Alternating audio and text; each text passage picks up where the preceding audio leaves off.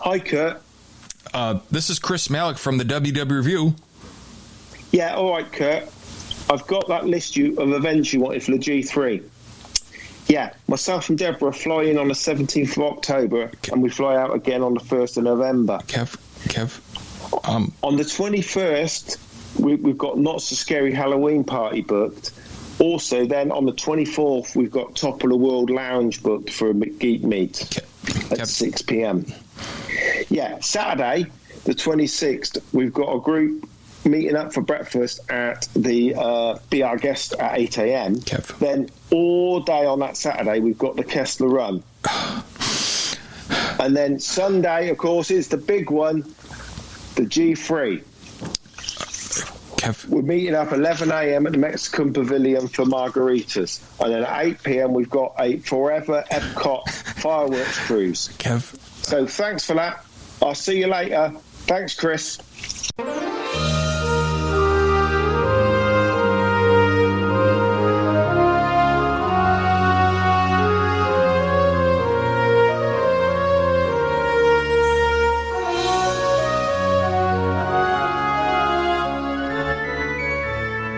Hey, Disney World Geeks, Curtis Stone here, and I'm here to welcome you to episode 398 of the Geekin' on Walt Disney World podcast. This week, Sarah Bateman, Rachel Miller, Ben Canady, Tom Ellison, Carl Cassavechia, they all join me to share their resorts, food, and stories from our Grand Geekin Gathering this past February. Yes, Kevin, we went this past February.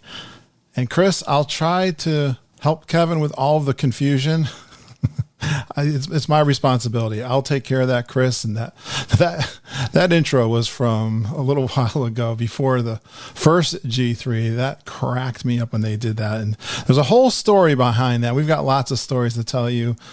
This is the last of the 4 roundtables from that live event we did this past February, and we are making plans for the Grand Geekin Gathering 2022. We'll tell you more about that here soon, and I've been having fun chatting with Disney World fans and geeks for over 7 years. If you're new to this podcast, welcome. Over 7 years ago, I started the podcast with my daughter, Lindsay. We started talking about our Disney World trips like we do all the time, and then we brought on some of you guys, our Disney geeks, to tell their trip stories, and our listeners are positive, caring, they're generous, and we do encourage a family atmosphere here. And before too long, they were calling me the Podfather, and I continue to bring the listeners on to tell their Disney World stories. We'd love for you to join our Geekin' family and tell your stories. We have an amazing private discussion group on Facebook. Search for Geekin' on WDW Family. You can ask questions, share your trip pictures, and just engage with one of the best groups who love Disney World out there on the internet. We're independent authorized travel agents with Fairy Tale Concierge. We'd love to chat with you about your next trip. We got Mama and Auntie Judy. They're your Disney travel guides. They'll help you book your room and dining reservations. And many of our listeners enjoy booking their trips with us, and we surely do appreciate that. And you can contact Mom and Auntie Judy at travelandtiaras@gmail.com. Just check your podcast app. You'll see my email and Mom and Auntie Judy's email there if you want to get a hold of us. We'd love to talk to you. It is now time to talk with the Traveling Tiaras.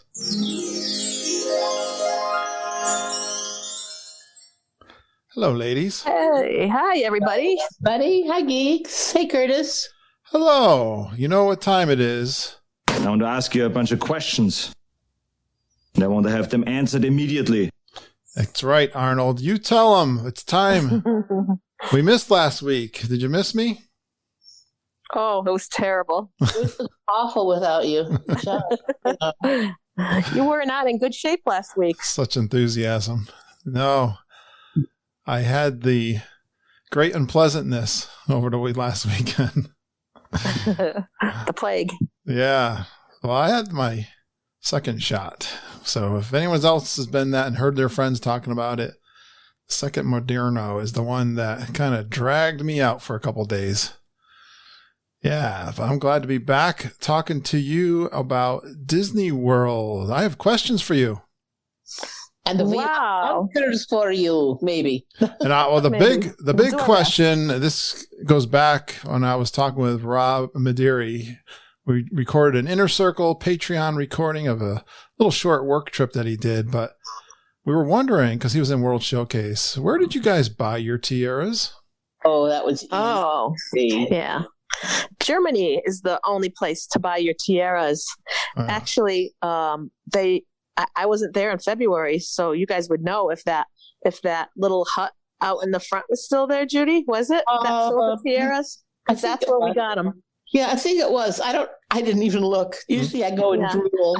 I think it's always there. It's like that kiosk that has jewelry and glass. They do like a lot of glassware and crystal and like that. And it's kind of just right outside the Germany pavilion, kind of against the fence by the lagoon. It's a permanent one. It's made of wood, and got all these tiaras on view. We tried a bunch on. I tried on one that was like the Queen of England. I couldn't afford it the way my price range. Really? How much was it? I think we paid about $60 for ours. Yeah, the Queen of England one I think was like $200. Yeah, it was okay. Really. Here's a question: Why does Rob want to know about the tiaras? Maybe he's going to buy us new ones. Is he? That's what I'm thinking. I don't remember how this topic came up. To be quite honest with you, it's quite a while. You better let us know. Yes. Now, we have to also ask, is Veronica Youngward, because she wears a tiara also. Yes, she does. Oh, yeah. I think we've started a trend with a lot of the Geekin ladies. Oh, for sure. No, not too many wear tiaras. Really? Veronica's one. You guys get a lot of compliments when you wear them in parks. We do.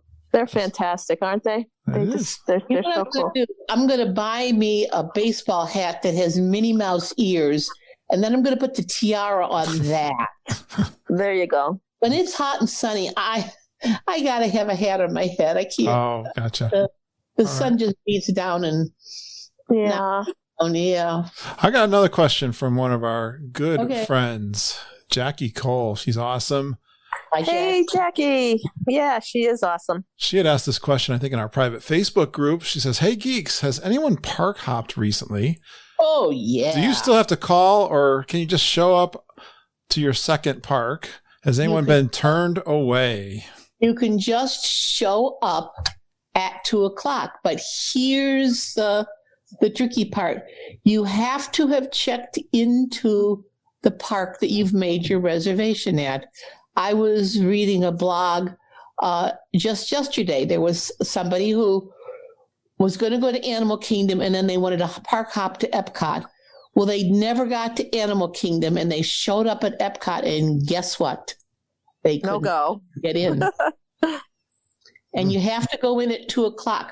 Other people have tried to show up at 1:30, and they're told, gotta wait till 2:00. But you got to check into your first park first. Even if you scan in and don't go, just scan in, walk in, and walk out. You got to scan through your first park with the reservation. I don't think I can't say anyone, but no one I've spoken to, or have you guys, that gets turned away after 2:00. It looks like it's pretty. I haven't heard that at all. As a matter of fact, it's been open every single park, every single time. No one's ever been, as far as we know. Yeah. As far as we know. There is a phone number that's floating around where you can call and ask if there's park availability, but I don't know that anybody's even done that. I don't think so. I haven't heard that. No. When we went, we were at Animal Kingdom, and I don't remember where we were hopping. We went to the bus stop. We got on the bus, and we said, "Can we just go to this where was Epcot?" He said, "Yep, get on the bus. You're going." Cool. So there was no big deal. Awesome. That's been a question definitely I've seen more than once. Good one, Holly. Or Jackie. Holly Austin, I was trying to say, and Dan Austin, she's mentioned this. I was really thinking of Mama when I heard her talk about this, but did you know you can get extra icing at Gaston's for the cinnamon bun? I did not know that, and that is on my list for sure. Just the icing part, right? The white icing part, because I don't like the caramel. Yeah, a little cup like on the side. Perfect. Oh my gosh. Just Yay. Icing. As if it needs Frost more, right? me, frost me, baby. Yeah. You can eat half into Never enough. the big puffy part and just keep pouring on more icing. there you go. When it gets a little dry, slather that icing. That is an awesome Geekin tip, Holly. I did not know cool. that. So I'm very excited about that. You get all the cutting edge, deep cuts here with the Geekin podcast. That's awesome. We know what's important. And our cinnamon buns are very important. We take them very seriously here. They are to me. Yes, they are. Nice. And do you guys know what capture the moment pictures are? Yes, we do. Yeah. You do? I don't know. I wrote this down. I don't even remember what the context was, but what is that? Okay. It's a paid $50 currently, and you kind of hire a PhotoPass photographer, and you get 20 minutes if you're a group under 8 people. If you're more than 8, then they want you to pay $100 for 40 minutes, and they will take you to a couple of locations, and you can do posed pictures, and they actually have a second person with them to chase all the other people away so nobody gets in your picture. Yeah. I always get someone's big butt in my pictures. Right. Yeah. It's all bookable online. You can do it 60 days ahead. Yep. And you can make a reservation. I believe it's paid at time of reservation. They do have some walk-ups. You can check when you walk into Magic Kingdom. I know it's at Magic Kingdom. I heard that it's going to be an Animal Kingdom. I want to do it in Galaxy's Edge. Would that be awesome? For sure. Yeah, they're not offering over there yet. I think it'll be bigger. Yep. Yeah. And the other catch to it is if you have a memory maker, or if you're an annual pass holder and you get memory maker, it'll automatically go to your photos. But you can still do it even if you don't have memory maker. You can go actually and buy them online on My Disney Photos or whatever it is to get them. You don't have to buy a memory maker in order to have it. What's memory maker? Okay. You don't know what memory maker is, Curtis? I think he wants. I have no idea. What is it? All right. There are new people looking for information about Disney World, and listening to podcasts. He's just playing dumb for us. So, okay. Yeah. All right. Yeah, I only play dumb for you. Yeah. Oh God. Welcome to my life. I don't know why I'm laughing about that. It's not funny. How much is Memory Maker? What is it? Memory Maker is a program where you utilize the in-park photographers, the PhotoPass photographers, for all your photos, as many as you want, as many times as you want, for $169. You can add it when you book your trip. You can add it, later if you forget. If you add it the day you should check in, it's more expensive. So it is cheaper if you book it ahead of time. Yeah. And also on your check-in day, it's not activated. It takes like a day for it to activate. Right. So you're better off doing it in advance of your trip. And that way everybody can be in the pictures. Mom or dad doesn't have to stand back and take pictures of the kids. And now because of the COVID, they used to take your camera and take pictures. They won't do that anymore. Well, now I've heard that now CMs are doing that again. Really? Yep. Well, not supposed to do it again. Not supposed to, but I think it's how each individual CM is feeling. So that, but don't people count have been reporting that. Yeah. But they take such great pictures anyways, and they'll do the magic shots where you'll get a little surprise. They'll pose you, and then you get a little surprise in there. I think it's a great thing to have. It is. What about the ride pictures? How do you get those? Those just show up on your Magic Band, but we're understanding now that with the new mobile Magic, they'll show up on your phone now too. There's a touch spot on some of the rides that you just hold your phone up to. I'm doing it right here in the living room, and it puts it on your. It'll put it on your phone. Mm-hmm. Wow, great deal! I know it's really a cool deal. Did you guys have anything that was going on this week that you'd like to discuss?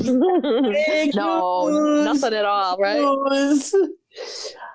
Yeah. Disney about 3 or 4 hours after Universal announced that you no longer have to wear your mask when you are outside in Disney World.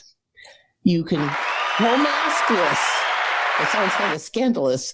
You do still have to wear it in the queue line and on all rides.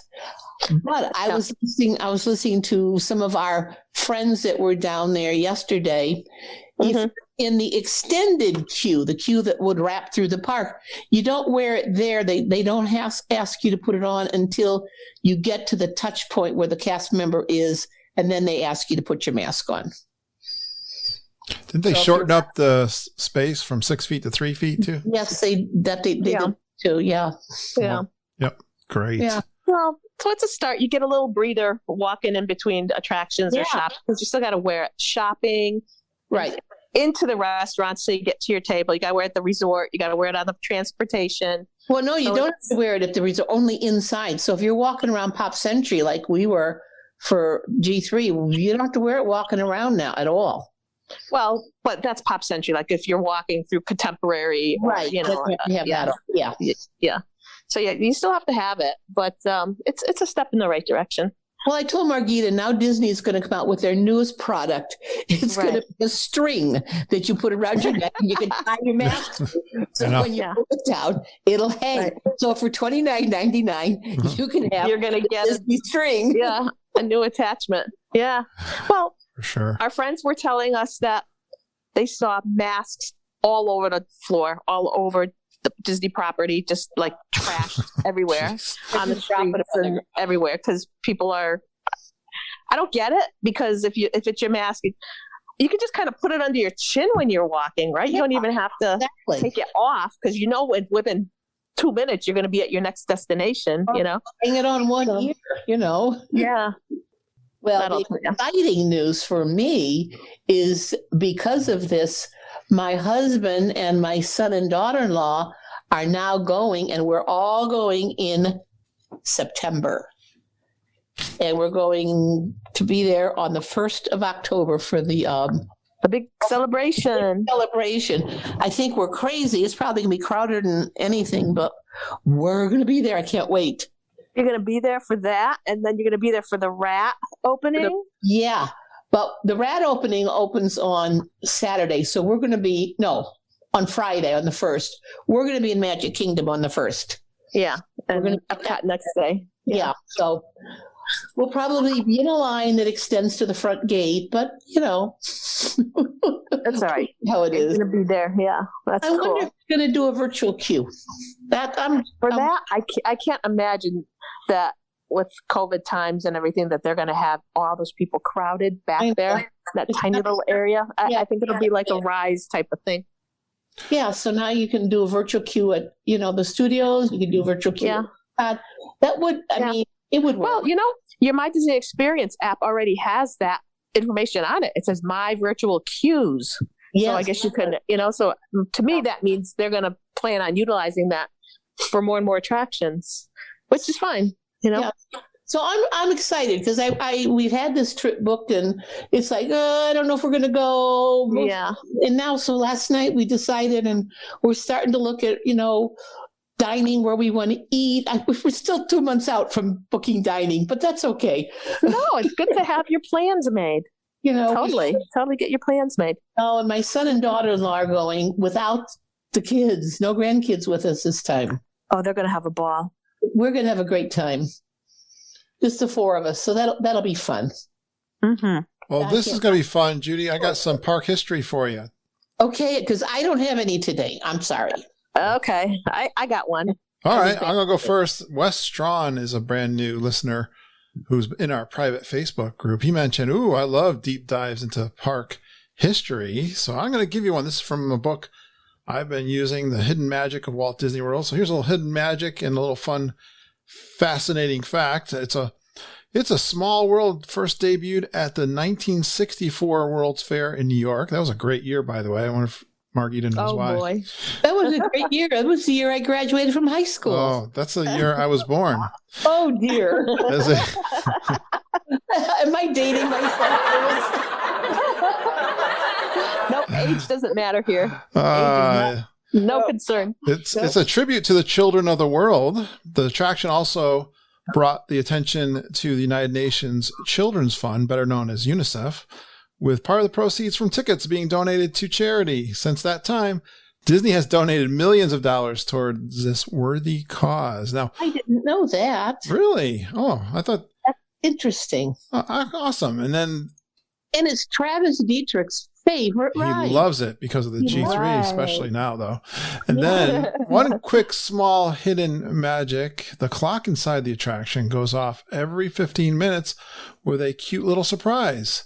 It's some consolation if you find yourself at the end of a long queue. Yeah. I always miss that.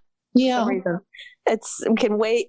Well, usually when I'm there, it's never a long line, but so obviously we're never waiting in line for 15 minutes, but when I hear music playing and the clock starts doing its thing, we're either walking by and you can't get in to see it, or the boat is just not quite in the position where you can see it. It's so hard to see. We're always on the run. You gotta stop and watch for all of these fun little hidden treasures. Just a sidebar to that, there's a really great series of books called The Kingdom Keepers, which is a really neat series. It's children's books, but I enjoyed reading them. And after you read the first volume, you will never ride Small World again. Same way again. The same way. You're going to always keep your eyes on those little people in there. Dolls. Yeah, you'll always watch for them. Yeah, the creepy dolls. Yeah, I was saying recently the Twilight Zone was the show that had a lot of creepy dolls in it that you might have been traumatized if you're from that generation. Yeah. Right. Mom loves watching that for the marathons they do every New Year's Eve, I think it is, right? Twilight Zone. Yeah. That's awesome. Think of the Twilight Zone Tower of Terror. Mom, you got a little history for us? Or tip? It's just a little fun little snippet. Okay. Yeah. It's about Splash Mountain. They have a 950,000 gallon reservoir of water that runs Splash Mountain. Mm-hmm. Oh. So when you come down into the big splash, when you get to the bottom, most people think that it's just the weight of the boat and the water comes up and drenches you. Mm. Actually, they have water cannons at the bottom. Yeah. Oh my gosh. So that explains it. I get the impression that, we've always said they turn how we kind of always joke about it. We're there in the wintertime. We always say they turn the water down or something. They literally do. They literally turn the splashing effects down in the colder weather. And in the summer, forget it. You get shot in the face with a water cannon. Get drenched. Oh, wow. Yeah. But that's a lot of water, isn't it? 950,000 gallons. Water. Yes. It's a reservoir for the ride alone. I love Splash. It's got everything. It's my favorite ride. It's got everything. It's got the dark ride. It's got the fun music, the thrill. Yeah. It's got Uncle Grumpy's favorite song. Oh, what's that? And it's his favorite ride, Zippity-doo-dah? Zippity-yay. Perfect. Yep. Well, I have a shout out. Oh, you have a shout out. I do. I have a shout out to a podcast listener, Stacy Thomas. Stacy contacted us yesterday. Right. And I talked with her today. She's a delight. She's a teacher. And she's coming to G3. Oh. Yay, Stacy! Yes, we just booked her today. So she's staying at Pop with all the cool people. And with all the cool kids. All the cool kids. And she's really excited about coming to G3. She's coming by herself? Yes, by herself. Her husband's not a real Disney geek, but he allows her to, indulge in her fantasy and passion. Her kids and her grandkids are Disney people. But Stacy, I know Judy made me do weekly Zoom calls ever since December of last year. And we are planning the G3. So I think it'd be a great idea, especially if we're going solo, to pop in on a couple of those Wednesday, 8 o'clock Eastern time. We should get her into the Solo Ladies group also. There's some ladies that chat on a Facebook Messenger group. So I highly recommend meeting a few people virtually ahead of time. Yeah. And we've had great success with Solo Ladies having fun. Yeah. I invited her to the Wednesday group. She said she'd try to join us sometime. But I'm going to contact Wendy and see if Wendy will reach out to her on the Solo Ladies and pull her into that. Nice. Oh, and one other shout out, Angela Noy's daughter graduated from college yesterday. Oh, congratulations. That's exciting. College. Very The exciting, Bills. Well, I hope they're over. Maybe not. No, she's going on to get her master's. So. That's right. We were talking. But still. Yeah, I saw that. Great. Big step. Congratulations to all you graduates. It's been a tough couple of finish off years. Sure has. Yeah, to all the Geekin families that have graduates, all of you. Yeah. I hope they get a chance. Are they doing them outdoors this year for the college and stuff? I don't know. Live, I hope, in person? Yeah, because I talked to a kid at church, and he graduated from Quinnipiac, and they were live. They were all there. Good to know. All right. Are we good for this week then, Tiaras? I think we're good. All right. Then get back to work. Yeah. Take a nap. I'm tired. See you next week, geeks. Bye, geeks. Have a good week.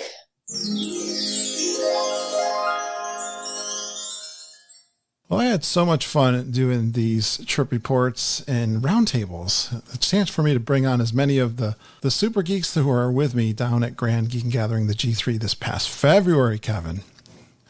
And just remember, we're going next February too. All right, pal? Don't worry. I'll help you out with all the details. We got Sarah Bateman, Rachel Miller, Ben Canady, Tom Ellison, and Carl Cassavechia. They're going to review their resorts like Pop Century, Art of Animation, Canady, Grand Destino. Carl was off property. And we're going to talk about food. You got Homecoming, Cinderella's Royal Table, California Grill, Three Bridges, Topolino, Regal Eagle, just to mention a few of them. And then we're going to go through some of the special moments that they had down in Disney World this past February. And I'm so sad all my G3 stories have been told. Well, that's okay. I think I got a couple more to go on the Patreon live feed. So be on the lookout for that if you're one of my Patreon supporters. Get some of those bonus episodes. There's a few more of those left to be produced, but I think we should get the gang back together and start planning for the next Grand Geekin Gathering.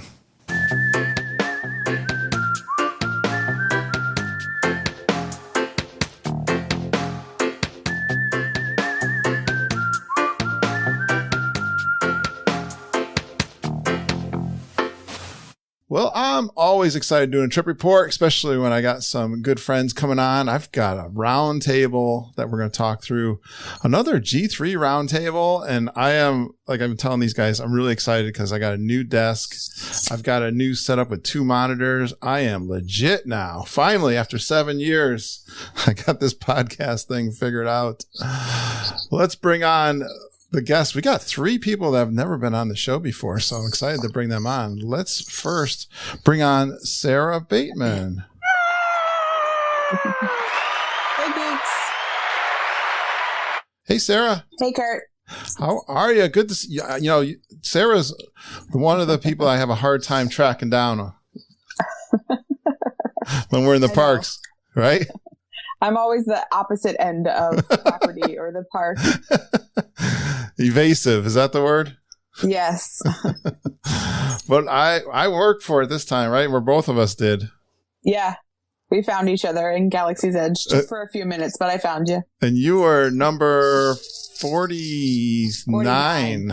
Number 49 as I was trying to make a meet up with 50. So thank you for working with me, tracking me down. And even the last G3, you were like the last, I think you were the very last geek I met.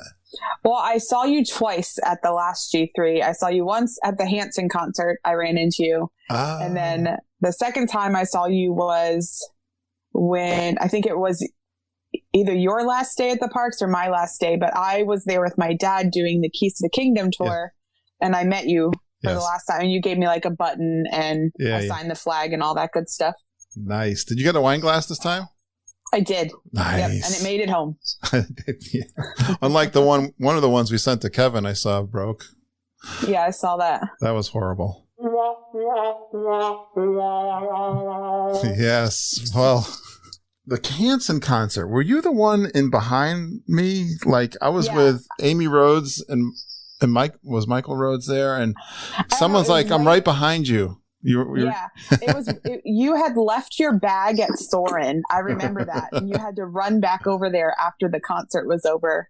That's right. To go find your bag because you left it on the ride. I was in a panic. Yeah. I don't think I knew it. Yeah, I didn't even know if they had it or not. Right. I had to see the Hanson concert though. And that was kind of cute because I was on the messenger group and you're like, I'm right behind you. Look. And I'm like, You're looking through all this crowd of people trying to find. That was you. I was there with a friend I was there with one of my best friends. Very cool. All right. Yep. I couldn't believe this next guest I have coming on has never been. She's kind of elusive too. Think about it, trying to find her in the parks, especially this last G3. But let's welcome Rachel Miller. Hi, Geek. Hey there, Rachel. The crowd's going wild for you. Trying to figure out, Rachel, where I've met you. We were talking about it. Where did we first meet, Rachel, in the parks? I first met you at the French Quarter. Okay. And then we had dinner together with Mama, Auntie Judy, and Susan and her mom in Epcot at the Chinese restaurant. Okay. All right. Yes, I definitely remember that for sure. Mm-hmm. I remember my food. I remember all my food exploits. I didn't know you were a geek, though. The Auntie Judy picture. Yeah. I am. So I knew you as a friend of Susan Cox. Mm-hmm. But I thought you were just hanging out with her. Nope. It's something that Susan and I had in common, and she brought me into the Geekin group. Thank you so much. You've been very active with us, too. By the way, all of these guys are Patreon supporters, so thank you so much. I appreciate all this equipment and all the stuff I'm doing is supported by you guys, including the podcast. All right, so let's bring on another guy. Now, this guy's been on before, and I run into him quite often, I think. Well, yeah, in the parks. We've met also Ben a couple times. It's Ben Canady.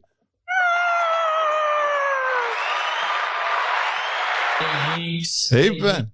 How you doing? I'm good, Kurt. How are you? Have you been on a couple times, maybe, Ben? This is my third time. That's it. You're an old. I'm not sure why, but you keep inviting me back. So. I think it's because I call you sir. Yes, I love to be called sir. I love the Southern gentleman. I love my Southern. Where are you from, Ben? From Baton Rouge, Louisiana. Did you have a hard time getting out of Baton Rouge to get to the G3 this past? I did. We made some pretty awesome lemonade with some lemons that were dealt our way. Oh, that's right. So we were in the Baton Rouge airport trying to fly to Denver to visit my sister-in-law.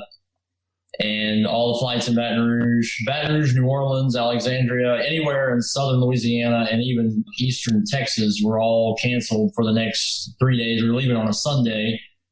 We got, kind of down in the dumps. We get a mother-in-law comes and picks us up. We didn't have a car, nothing. And we get back home and we're kind of sitting around and it's like, well, I know where there's not any ice. So let's see what we can do in Florida. And sure enough, we were able to get to Canady for some points that we had and everything lined up. So we hopped in, we got home about 12 o'clock, kind of moped around, ate lunch. And about 6 o'clock, we were in the truck headed to Florida. Oh, you drove? Yep. I turned around and drove because we couldn't fly out. Yeah. Anywhere in Baton Rouge or in southern Louisiana. Oh, but the weather was so crazy around the whole country for that G3, for sure. It was crazy. So we stopped in Tallahassee about midnight, 1 o'clock. I had read the weather forecast and kept saying, it's going to be like 70 or 80. It's going to be like 20 in Baton Rouge, but it's going to be really warm there. So pack shorts and t-shirts. So my wife goes out the next morning out of the hotel and she says, it's like 40 or 50. And I was like, I promise that's what it said. I'm not wrong. And the 2 hour difference between north and south between Tallahassee and Orlando, when we got out of the truck at Animal Kingdom Lodge, it was warm and humid. And I was like, oh, okay. That's right. It was like the only place in the country that was warm. I'm glad we were all there together. It was crazy. Yeah. All right. Another guy who's never been on the show. I've seen him on Zoom. We've been on Facebook Live together. We've met in the parks now. So I'm so excited he's going to be a super geek after this recording. I got Tom Ellison. Hey, Tom. Hi, Geekin Nation. Crowd's going wild for Tom. Yes, I'm so glad I got a chance to meet you. You were involved in a lot of our, we call them planning meetings, right, Tom? The Zoom planning meetings for G3.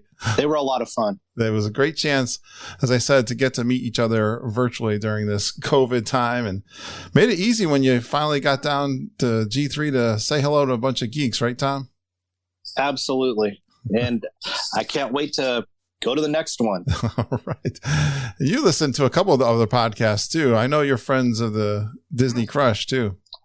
Yeah, I listen to a lot of different podcasts. Not all of them Disney, but most of them are.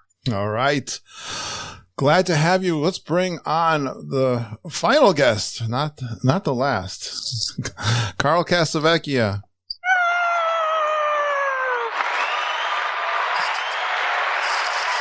Hey, Carl. Hey, Kurt. Hey, geeks. Well, Carl, I want to tell you, I love it when geeks bring me little gifts, especially if they represent their local area. Carl gave me a couple of gifts, and one that sticks in my mind really right now, because he knows I like barbecue. I made a pork loin. It came out so good, Carl. Good. I must say, it was the first kind of outdoor cooking I've done all year. But that maple barbecue, bourbon barbecue, I think it was called, sauce was fantastic. Yep. Chardon is similar to where you're from. Chardon is the maple syrup capital of Ohio. And we've got a place here. It has all kinds of stuff. And I went in there looking for something for you. And like maple, bourbon barbecue. Yep, this is perfect. Oh, you never had it before? No, I've had just regular maple barbecue, but they didn't have that this time. Okay. And this was like great. It was really good. And yeah, it looked good. It came out really good. I got a little bit left. I save it for dipping it too. Like I had that little pork and dipping it. It was really good. All right, guys. Well, it's great to have you here. We're going to talk Disney World. We were all down in the same time. Let's talk about the resorts first of all, and I'm going to go back to Sarah. Sarah, where did you stay? I stayed at Pop. All right. Who else stayed at Pop? Did everyone stay at Pop? No, Rachel didn't. Just Rachel? No, Carl didn't either. Oh, all right, good. We're not going to get more than just Pop. More than just you and I, Sarah, stayed at Pop. Had you stayed there before? Yes. Oh yeah, that's one of the places I stay. I stay there most times. To go to? Yep. Who did you go with? I'll be there again in June.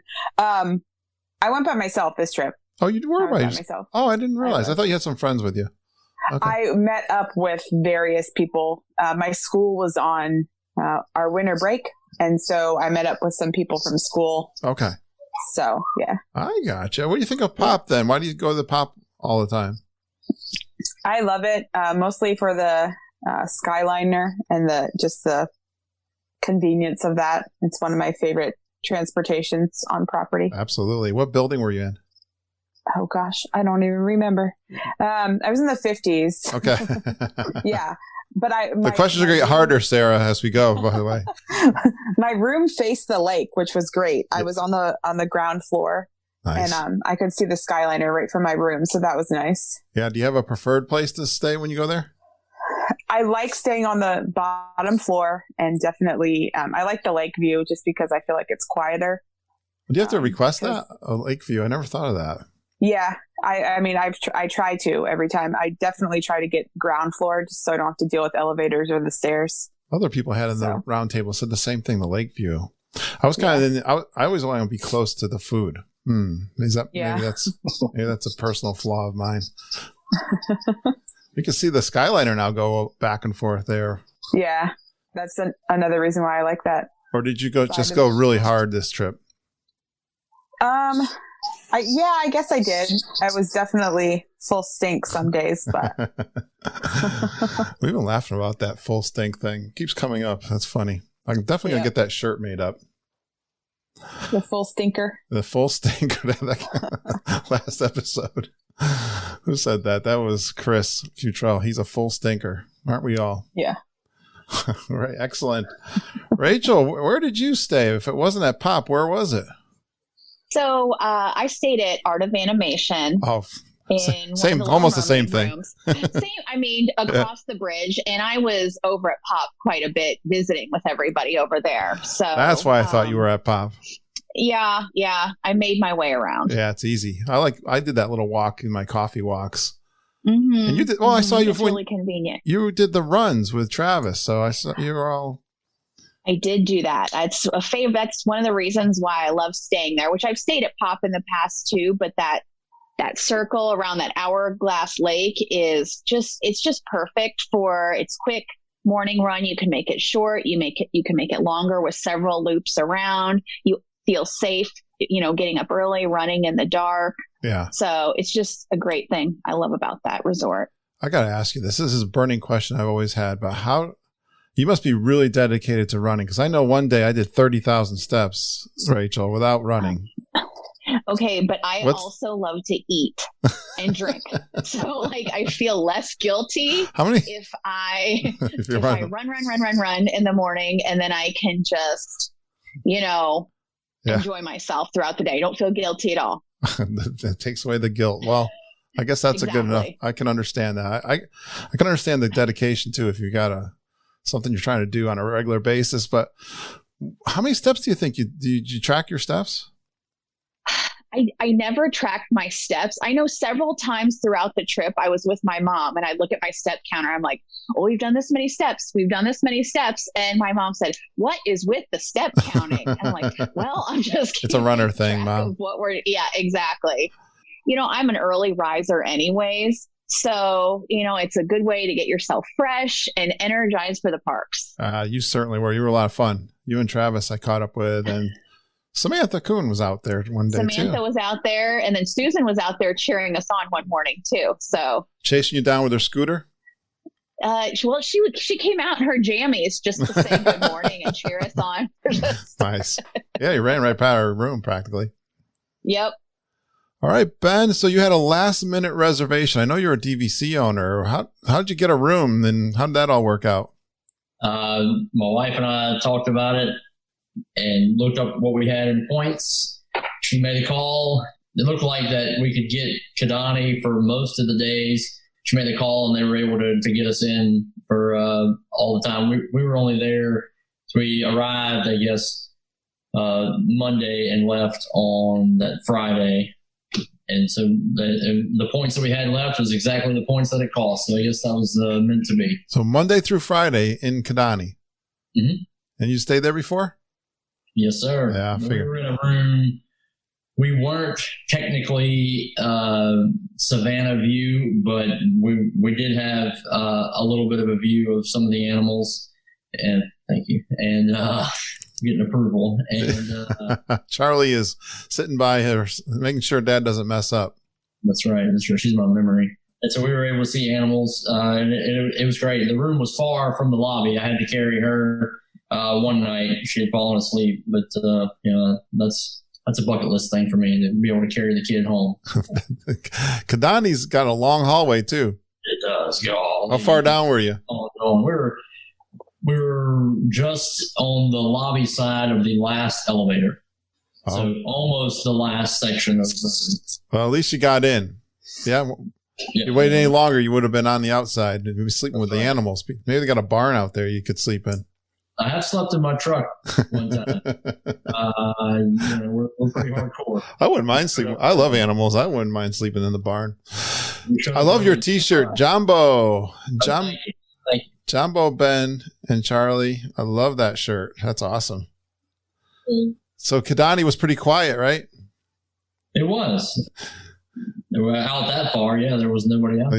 Yeah, Canady's always quiet anyway, so I guess couldn't. Was Sanaa open? Did you eat any of the restaurants there? We ate breakfast there, and I've never eaten there. My wife doesn't have much want to eat there. I always want to try. If you're going to experiment, I think we've said this before, if you want to experiment with food, you should do it at Disney, because they're probably going to do a pretty good job and have it where you're more than likely you will enjoy it. Good point. And the breakfast was good. I mean, I think Charlie and my wife got like a basic breakfast sandwich, and I got their breakfast taco. It looked sort of like a breakfast taco. It was pretty good. They were seating people? Yes. Okay, cool. All right, let's get to Tom. Where were you staying, Tom? I was at the Grand Geekin Tower at Coronado Springs. Ah, yes, there was a little crew over there. They got to know each other, right? I think Daniel Ginger and I met Daniel for the first time. Right. Ran at the bus stop. Just kind of sat there looking. Staring at each other. other? I was like, that looks like... Well, he wasn't looking at me. I was like looking over there because he and I have a similar background. I came from a loss prevention background. So I was looking at him. I was like, that looks like him. I'm just going to ask. So I did. That awkward commuter face. Look, yes, but you guys were on the Zoom calls together, so you're probably like, that's got to be, he looks familiar. Yeah, and that's what really made me just say, you know what, just going to ask. That's right. Now, the Destino Tower, we get lots of great praise for that. What'd you think of that? That was my second time there, and I love that. That's kind of like my go-to place. Third time overall at Coronado Springs. That's just a resort that we just love. Yeah, that's right. Were you by yourself? You did solo? I was by myself. The way that it worked out was if I got the wife a lab puppy, I got to go to Disney World to G3. Oh. So guess who got a lab puppy? How could I forget? And here he is. He's right next to me right now. Oh, there he is. Oh, he's getting bigger, Tom. He is now a 40-pound, 4.5-month-old. And what's his name? Duke. Yes. So we met Duke on the Zoom calls, and I just recently lost my dog Luke, right, who was named after Luke Skywalker. He was a black lab too. So I'm quite fond of Duke there, Tom. Well, we had a trouble with his name with our family. We're from North Carolina. My wife and I are North Carolina fans, and they said, why did we name it after that school? But I said, out here in Seattle and Tacoma, nobody knows what Duke University is, so we're all good. I didn't know that was your wife that got the dog. Nice. Good job. Yeah, I'm raising him, but I'm really mama and daddy to him. All right. Every time I see him, he's sleeping. He looks pretty easy to me. He is...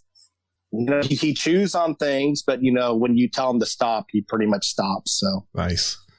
All right, it's just redirecting that energy. Well, back to the Grand Destino Tower. I could talk dogs all night too, but the Grand Destino Tower. What's the best part about that resort? Well, the resort as a whole. I never got to eat at Toledo. It's just been closed both times I was there. But Three Bridges. If you've never eaten there, that should be a high priority. I keep hearing, you're rubbing it in. Three Bridges. I know. I keep hearing about that one. I've missed. I even stayed there one time in last January, February, and I didn't go there. So yeah, I thought about it's kind of inconvenient from where I was staying to get over there too. But yeah, I definitely want to do that. Good one, Tom. It's those braised pork tacos. It is so good. That and the churros. They're like fresh made churros. That's right. And that chocolate sauce. It's lethal. I love that. I heard the churros. Actually, Carl Cassavechia, I think, bought the churros for a bunch of geeks. Not this trip, but the trip before, because I remember you guys had a meetup there.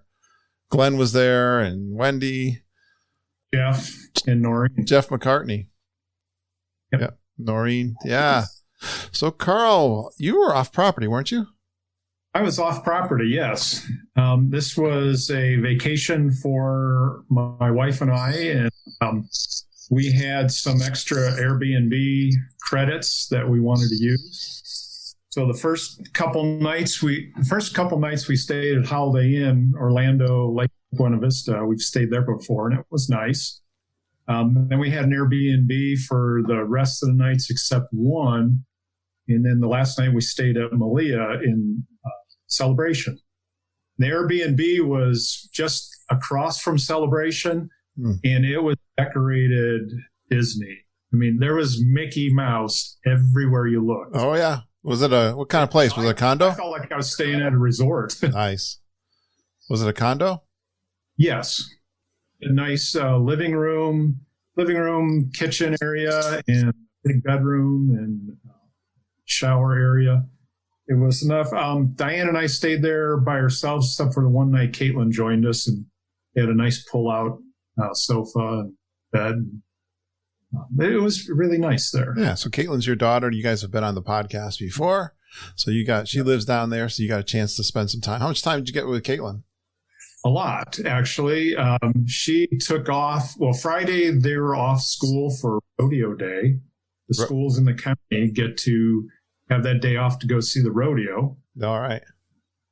And then she took off Monday to be with us as well. So we actually saw her in the evenings and then during the days. And then she was with us all day Sunday in Epcot.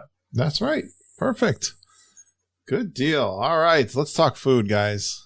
Get your food game on. We're gonna go deep, Sarah. You were solo, so I was. Did you do some ADRs, or what kind of meals did you do? I did, because I was able to meet up with some of my friends. Nice. I went to Homecoming for the first time. Homecoming. That's a Geekin favorite. What did you think? Did we steer you in the right place? Yes, I absolutely loved it. Oh, good. Yes. It was my first night on property too. So it was delicious. What'd you have there? I had the chicken thighs, the appetizer. Oh, okay. Thigh high something. I don't remember what it was called. They have chicken appetizers. Wow. Yeah, it was a chicken biscuit, but there were like 3 or 4 in an order. They were delicious. And then I had another appetizer. I had the fried green tomatoes that had like shaved ham on top. It was too much food, to be honest. I actually had to take some back to my resort. That's one of those foods I've heard about. There's a movie about them, but I've never had them. Fried green tomatoes. Are they good? I love them. Yeah. I went to Topolino's another night too, my last night on property. Hold tight. I'm going to come back around for that one. Okay. Did everyone, how many, were you with friends that's a good place to go with friends. At Topolino or at Homecoming? Homecoming. Yes. I was with some friends from work and some kids from work. So yeah, it was good. They all enjoyed it? Oh yeah. They had been there before. So I was a newbie at the table. All right. So, yeah. They were showing it off. And they having good drinks there? It was a moonshine drink. That's all I know. And I had... When in Rome, do as the Romans do. Yes, I had 2 of those. So I was good for the evening. Nice. Yeah. Good job. That's a good start. Sarah brought a good one. Rachel, I don't know. I know you weren't doing the deluxe dining plan, but... Well, I'll have to say that the best place I went was Mom and I got a reservation for Cinderella's Royal Table on our Magic Kingdom day. And I'd never done that before. And that was, and neither had she. So this was, a really special. I said, Mom, every time we go, we try to go have a special meal. So it lived up to what I thought it was going to be. I was a little worried because, they don't have all the princesses right now. And it gets mixed reviews, and it was everything I hoped it would be and more. We really loved it. I share your concern because to me, it feels like a tourist trap. I mean, it is the castle. So they don't have to, I guess they don't have to bring it if they don't want to, because people are going to go because it's the castle. But I'm glad. Exactly. How was the food? What'd you have? The food was amazing. And Mom and I got the exact same appetizer, meal, and dessert, which, that's just what happened. We had the salad, which was really light and fresh. Nice. And then we both got the salmon, the main dish salmon. It was their fish of the day. And it was on top of, we couldn't tell what it was. It wasn't potatoes. It wasn't corn. It was something. I don't know what it was, but it was an odd combination, but it was really, really good. Succotash. And then something like that, I think. And then we got the dark chocolate mousse for dessert. Nice. And then let me tell you, I stopped halfway through and I told my mom, I was like, you know what, Mom, I need to stop. this is enough. This Too is decadent so for you? and so good. And Mom goes, oh, you're not going to be here for a long time. You just need to finish it. Plus, you did your running. I mean, yeah, you I already muscled through. I took one for the. And of course, we had to sample the cocktails. I had a sparkling wine flight. Nice. Which was delicious. And Mom had a Bellini. So it was kind of a celebration of, we both had birthdays, back in December, but due to COVID and everything else, we never got to celebrate together. Yeah, so, okay, right. We just kind of did it up big, and it didn't disappoint at all. That's so great. Yeah, and Cinderella did come through a few times and waved and did her whole thing. So that was really special too. So she was the only princess they had? She was the only princess, but I would say we saw her about 3-4 times during our meal. What about Prince Charming? Where was he at? Yeah, I don't know. She's a strong, independent woman. So she can carry it. She can carry the place on her own, huh? Exactly. She didn't need him. I'm not going there with that one at all, Rachel. That's awesome. I'm glad you had a good time there. It was great. Was it an expensive one? I remember when they. Well, I remember when they raised the price on that. I went, whoa. Well, I know we ate there usually you say years ago. Exact. So Mama helped me book this reservation, and when we did, she said, now, Rachel, give me some backups because this makes me very nervous that I'm not going to get this. She's like, I'm going to try my hardest because I wanted it, at the end of our day for dinner. So I had faith in her. So as soon as she booked it, and it charges your credit card the minute she books it. So it's a set price. It was a set price. And then, we paid for our cocktails at dinner, but it was a set price. And yeah, it's not like something you would do every trip, obviously, but it was worth every penny. Good for two. And yeah, exactly. Tough to bring a family of 5. That would probably be a little over the top. And I know, I don't have children. And I know that it's a lot meant for children. It was special to see little kids, really, waving at Cinderella and being interactive, but that's a pricey meal for little kids. Yeah. Very good. All right. Oh, is that? I hear Duke or somebody. Hey, Tom. That was you? Okay. Ben. So I know you did this all last minute, but. We did. Did you score some meals? We did. We went to I'm looking at my notes or my pictures, really. We went to California Grill one night. Awesome. Which Lizzie and I got engaged there forever ago. And so we like to go back there as much as we can. They have a pretty good tequila drink that I like to partake in. Lizzie and Charlie shared a steak, and I had the Wagyu filet. Ooh. It was good. I don't know if I knew they had that. Wagyu. Every time you hear Wagyu on property, that's like the premium beef, isn't it? Yes, sir. And it was. It was good? It was very good. What's the difference between the Wagyu and the filet? Price-wise or...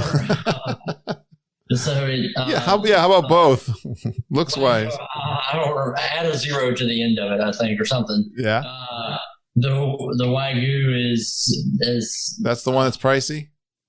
Yes. Okay. It's Japanese, I think, and they feed them and massage them. Is that what it is? The marbling is tremendous. I didn't know that. Very good. We also ate at Whispering Canyon, and it was really good for breakfast one morning. We always like going over there. What time of day were you at the California Grill? It was late. I'd say probably an 8:15 reservation. Okay. After sunrise. Sunset. Yes, sir. Yes, sir. All right. Excellent. California Grill still good then, right? Oh yeah, it's good. One of my chocolate chip cookies and warm chocolate chip cookies and ice cream for dessert. I looked out the window for a minute. I looked back and it was gone. So it must have been good. It happens. All right, Tom, you got one? Did you do some good restaurants too? Well, I eat a little differently than most people. Usually in the morning when I get going, it's just a latte. and they have excellent lattes at the Barcelona Lounge at Coronado. You can get a cafe con leche, which is similar to a latte. It's just the milk is warm milk that's steamed instead of just cold milk. You wouldn't think it changes the flavor, but it does change the texture to some degree. So I usually start off my day with that. But Three Bridges I ate there twice. All right. Well, tell me about the latte. And a lot of other times I'll just snack. Is the lattes, where do you get the specialty coffees? Is it in the lobby area? Where is that? I know they got little drink station place, but I don't remember them. At the Barcelona Lounge. So it's underneath the lobby. There's a level underneath that, and that's where they have the Barcelona Lounge, and they have general pastries and stuff, but they have some Latin inspired. That's a big. That's at the Tower Lounge you're talking about. That's that big long bar area. That's huge. I got you. I'm with you now. And it's the coolest looking lounge. It is just cool to just sit there with your coffee and a pastry in the morning, and just the architecture there is inspiring. Yep, it's a beautiful spot. All right, so what did you get? Tell me what did you buy at the Three Bridges? What's good over there? I started off with the Oaxacan cheese dip with chorizo. That sounds fancy. And they bring you some chips with that. It's not a lot, but it is so good. And I didn't have to share it this time. So it actually lasted a little longer. Did you go alone? And the braised pork tacos. Oh, nice. No, I was by myself. Yeah. All right. And that's something that I'm also used to. I'm used to eating by myself a lot so I used to travel with work. Yeah. So I'm perfectly fine eating by myself. Yeah. Anywhere. Did you mobile order? No. The trick of the Three Bridges is when you think you want to eat, you want to join the virtual queue. That's what it is. Yep. Yeah. You'll want to join that. Right. And then you kind of head down there. One day, the second day that I did that, the wait was 90 minutes, but I figured, I'll just join it anyway. If I get down there, I can just mobile order. I will. Yeah. Because at the end of the day, I just enjoy sitting down there looking out across the water from the restaurant. Yeah. By the time I got there, it said they had called me up. So just because it's just like in the parks when you see those queue lines that say 50 minutes, an hour. Yep. It's less than that. That's nice. For Three Bridges, like one person. I moved up pretty fast. It was maybe a 10-minute. How would you compare Geyser Point and Three Bridges? Aren't they very similar? They are. I would say that the thing that separates other than the menu is the views. Yeah. Because you're actually on top of the water. Okay. You're physically out on it. So you have a 360 view of the resort around you. Nice. I love those kind of the menus are different. The menus are great. And I tell you, the mango mojitos were excellent. I had a few of those. Let's make sure everyone knows that. Mojito kind of guy. I think I lost them all. I think I lost Tom. We'll bring him back. Carl, did you guys go out to somewhere to eat? We did. And if I could chime in on the Three Bridges Geyser Point, I agree with Tom. I would say that Geyser Point is better during the daytime because you have the lake there. Yeah. At nighttime, Three Bridges with the lake and then the lights and everything, it's pretty awesome there. I use they're both at resorts, and they're both kind of lounge places with good food, relaxing, kind of out of the way too. So if you want to make a little adventure, right? But they're worth it. I think they're good. Actually got to both of those this time. Oh, you did? you got around. We did. I would say probably the top two places we ate was Homecoming, which was our first time, and Olivia's, which been there before. Let's do Homecoming. What'd you have at Homecoming? We had the chicken and donuts. Oh, chicken and donuts, Sarah. I thought, oh, what the heck? I've heard that's famous. Why do they pair chicken with donuts? Fortunately, they were just small donut balls, and I took a bite on it, and that's pretty good for a donut. I tell you, I'm a big donut fan. So, yeah, the chicken was amazing. Diane and I both had that. We were supposed to meet Travis there, but his plane got changed and didn't get in till later. So the two of us went in there and we just said, hey, first time here, what do you recommend? And both chicken and donuts. And then for dessert, we had the hummingbird cake, which was absolutely fabulous. It's pineapple banana. And, the vision I had in my mind was just this cake with, in the middle, a bunch of pineapple and banana. But it was actually like a banana cake with cream cheese frosting and pineapples tossed in there. Ooh. It was amazing. And it was huge. I was going to say, it's as small as a hummingbird, right? It's about 10 hummingbirds. They didn't harm any hummingbirds creating this cake for you, did they, Carl? Not at all. Not one was harmed at all. Oh, okay. That's good. This is famous. No, this sounds really good. I'm not a big cake fan, but that sounds really refreshing. And if I could add too, just for those that might be staying off site sometime, you're looking for a place, we found two. Caitlin introduced me a while back to both of these. One was Tijuana Flats, which is Mexican. It's a chain down there. And it's unbelievable. Oh, cool. We got in late on Tuesday, and that was where we headed to get something to eat just before they closed. And then the other one in Windermere, which is north of Orlando, the Dixie Cream Cafe. Breakfast, lunch, dinner, whatever. It's an amazing little place, cafe. Met some friends there. The food is fantastic. Good to know. Yeah, we don't talk about off-property places very often. So good. I'm going to go around again, though, guys. Sarah, she's looking on her phone, looking for pictures. I'm back. Hello. Hello. What does the phone say you ate? Where did you? I do the same thing. I take pictures of everything I eat. Well, I went to Topolino's for dinner. Nice. I've been there for breakfast too, but I went for dinner this trip and I had the filet, which was amazing. I honestly, I don't want to, say anything that people might disagree with, but it was underwhelming for the amount of food versus what you pay. Yeah. Does that make sense?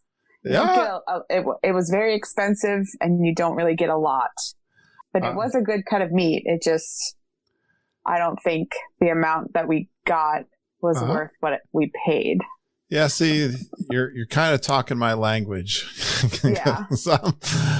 I kind of skipped. Everyone loves this, but I'm the kind of the buffet guy. So I like to get a lot too, but yeah, it's a premier restaurant, right? Signature restaurant. Yes. Yeah, I think so.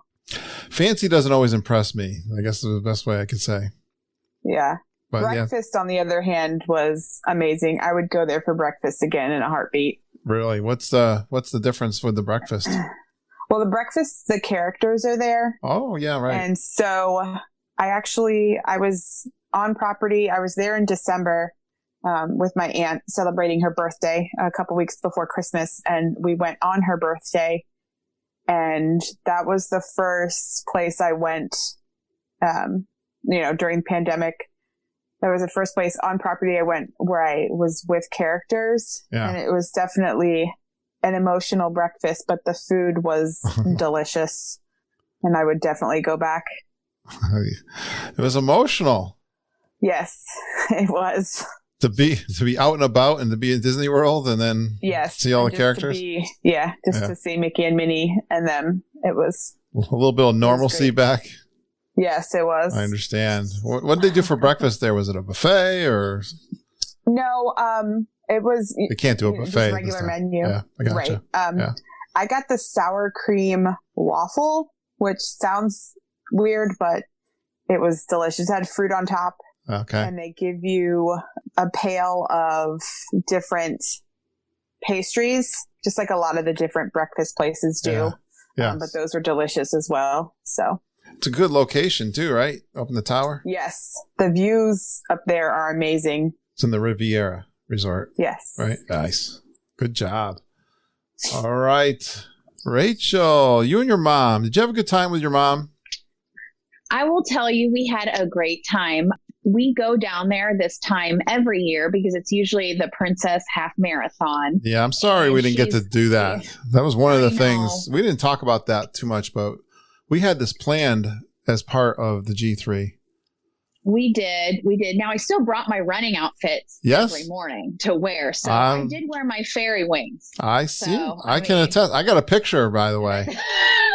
And my mermaid outfit the other day. So, I mean, I didn't let it get me down. But yeah, we always go. She's my traveling buddy. We've been doing this for 7 years. Oh, cool. So it's kind of our tradition to always go. She knows that whatever is going on in my life, she is my traveling buddy. She gets to go. We stay in a little mermaid room. And then we always go and eat at the T-Rex restaurant, which is odd, right? But she's like months before we go, she's like, we're going to eat at the T-Rex, right? We're going to eat at T-Rex. What does she like about the T-Rex? Why is she like that? You know, I think because the first time we went and, you know, we were Disney newbies, so we didn't really know that you should get reservations, you know, how important it is. Yeah. So we were kind of walking around Disney Springs and we poked our head into T-Rex. The line to get in, the reservation line even is always out the door. You know, it's always a huge crowd waiting. It's a big place though, inside, right? Right. It's huge, but there's no one ever, well, sometimes there's, but sitting at the bar is really neat. It lights up. It goes all the way around this huge fish tank. Yeah. And pretty much you can always get 2 seats together. So it's just kind of special sitting there. It's like lighting up under your food, watching the fish. And then about every 15 or 20 minutes, you know, they have that meteor shower and all the dinosaurs come to life and it gets even louder and crazier. And so, I mean, we're also big dinosaur fans. So it's just, I think it's half tradition that we go there and we have a cocktail and watch the fish. And then our meal wasn't really anything that special. We both aren't huge, heavy eaters. Yeah. So we both had a salad, but it had like half of a roasted chicken. I mean, it was huge. We took half and ate it the next day. Yep. I think that restaurant is more about the ambiance of just having a good time, watching all the dinosaurs, and it's just something special for us. That people love that restaurant. Sure, and if you don't like, the menu's huge. It has even for COVID. They have everything. It's not, the prices aren't horrible. So it's something that we'll probably always go back to every visit. And it just has a special place in our hearts. I know. I skipped it for a long time. I heard a lot of people talking about it. So I finally did it. I was pretty impressed. That's awesome. Yeah, we really like it. You surprised me there with T-Rex, Rachel. You're full of surprises. Well, Ben, tell me another one that you did. All right, so we ended up downtown Disney. We stopped in Chicken Guy. I wanted to try Chicken Guy, but I got sidetracked. It was okay. It didn't light the world on fire, but certainly acceptable for chicken tenders. Charlie liked it. But, he likes chicken tenders and French fries. So I do too. We had the colossal cinnamon roll in Animal Kingdom. Oh, you did? Where'd you get it?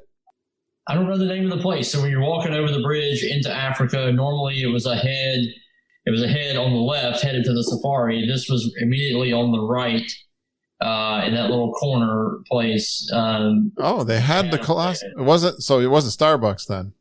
No. There it is. I'm so glad we've got a report of the Mickey Head Colossal cinnamon roll being in Animal Kingdom. That's good news because I know the little bakery was not open. Yeah, that's right. Perfect. I was headed there and I had to stop and ask somebody. I was like, if you had a cinnamon roll and it was served here, what's going on? And I've heard about it. I've never seen it, never had it. And the guy said, oh, well, I think you can still get it. He named the place. I just can't remember think of it. And so we got that, of course, and that was really good. Was that the first time you had the colossal? It was. Mickey Head? We've had the one at Gaston's, and it's very good. I don't know why all of a sudden my phone is lighting up. So where do they rank in the cinnamon roll? Because I like Gaston's better than the colossal. Wow. But I've never met a bad cinnamon roll. Those are two very good ones. Yeah. That should be the other Geekin. This versus that for sure. The Gaston's versus the Colossal Mickey Head Cinnamon Roll. I think I would go with the Colossal Mickey Head Cinnamon Roll. It's good, but my favorite is probably the waffle sandwich at Sleepy Hollow. Oh, the chicken sandwich? The waffle chicken and egg, I think. Oh, yeah, they do that. Oh, I know they have an egg sandwich now. They had an egg and ham one too. Mm-hmm. That one I really like. All right. Whispering Canyon was really good. We did the carnivore skillet, and I ate an entire carnivore skillet by myself. Oh, I'm proud of you. Yeah, it was painful. You're like Rachel. You do all your running and triathlon so that you can eat like you're going to the electric chair, right? That's right.